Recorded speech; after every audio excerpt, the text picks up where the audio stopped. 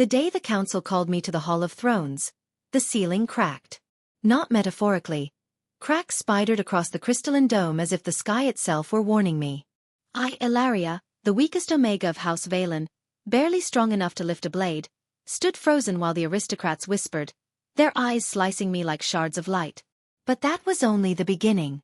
I had not come alone. Hidden beneath my cloak was the creature that no one had seen in a millennium, a silver wolf, its fur glinting with strands of starlight, eyes burning with an intelligence that rivaled our ancient AI overlords. It had chosen me, the Omega no one expected, as its bond. And today, in the gilded court of the supreme electors, it would prove that weakness was an illusion. The hall smelled of scorched metal and polished stone, and the air hummed with a low vibration of gravity stabilizers keeping the entire structure afloat above a dying planet. My father's ghost would have been proud, or horrified. He had dismissed me as unfit, a liability. Every laugh and pointed finger from the electors drilled into me, but the wolf's presence made my heart steady. I whispered, "Not today, not here." A sudden flash of silver light erupted from the domed ceiling, and everyone instinctively looked up. The council elder, a grotesque alien with translucent skin and veins glowing blue, hissed, "She carries the null bond." Impossible. I froze. Did they already know? How could they know? The null bond was forbidden. An Omega aligning with a wild entity from the stars was considered heresy, punishable by death. Yet, the wolf's head lifted slightly, ears pricked, eyes flickering with cosmic fire. It had heard their accusation. And it did not flinch. My heart pounded in my chest.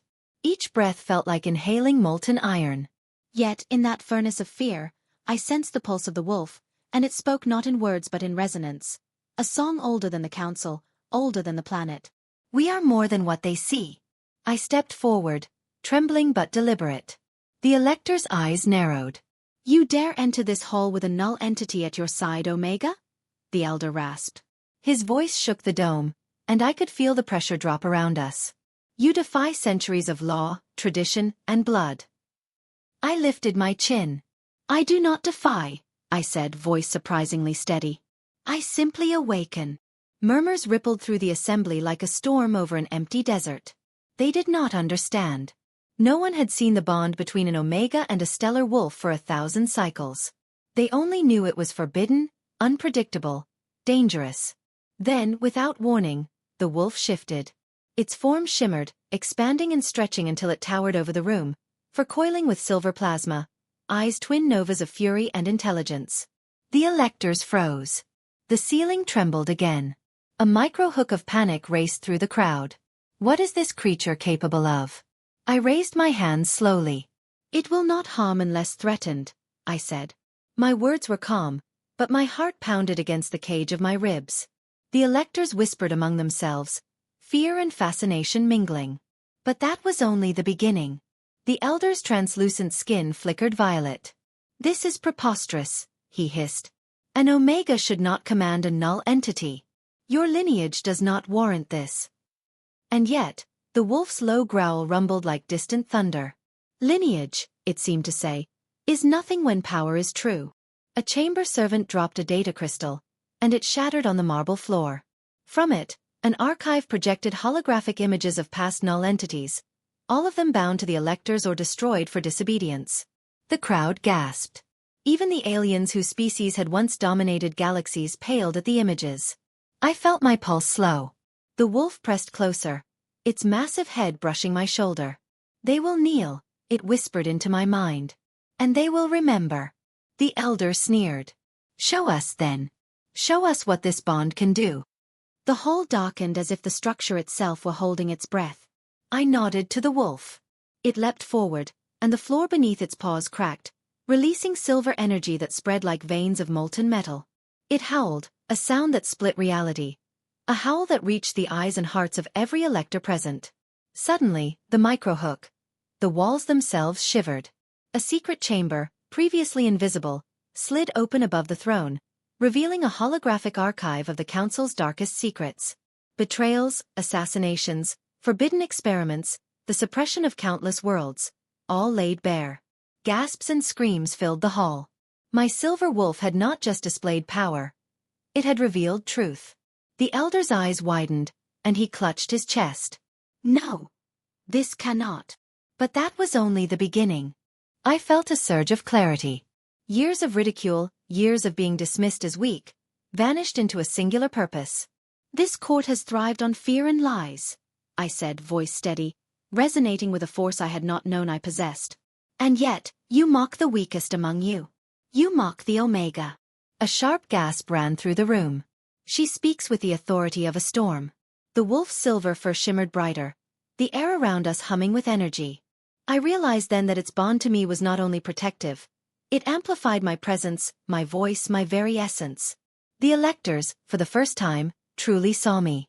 And then betrayal. One of the lesser electors, a four-limbed alien with teeth like knives, lunged for me. Time slowed, the chamber bending around us. The wolf leapt, interposing itself with speed that defied logic, snapping the alien's limbs with controlled precision. Silence fell. The micro-hook whispered, "No one harms the Omega." "You see," I said, my voice echoing across the hall, "the weak are not what you believe. We are the hidden strength, the truth behind the throne. We are what you cannot control." The elector's knees hit the floor as the wolf lowered its massive head, eyes glowing. The ground beneath them hummed, enforcing the gravity of submission. Not one dared defy us. And then, I realized something even greater. The wolf had shown me not just power, but responsibility. To wield it for truth, not revenge. To command with clarity, not cruelty. To protect those who could not defend themselves. A final hook, deeper than any before, whispered in my mind, "This changes everything." Hours passed, yet it felt like minutes. The council, humbled, asked me to speak. I laid out reforms, truths and protections for the weak, for the Omega, for every hidden soul in the galaxy. They listened, for they had no choice but to listen. And in that moment, the wolf curled at my feet, quiet now, patient, knowing the seeds of change had been sown. The elder's final words, trembling and broken, echoed in the chamber. "We underestimated you." I smiled faintly.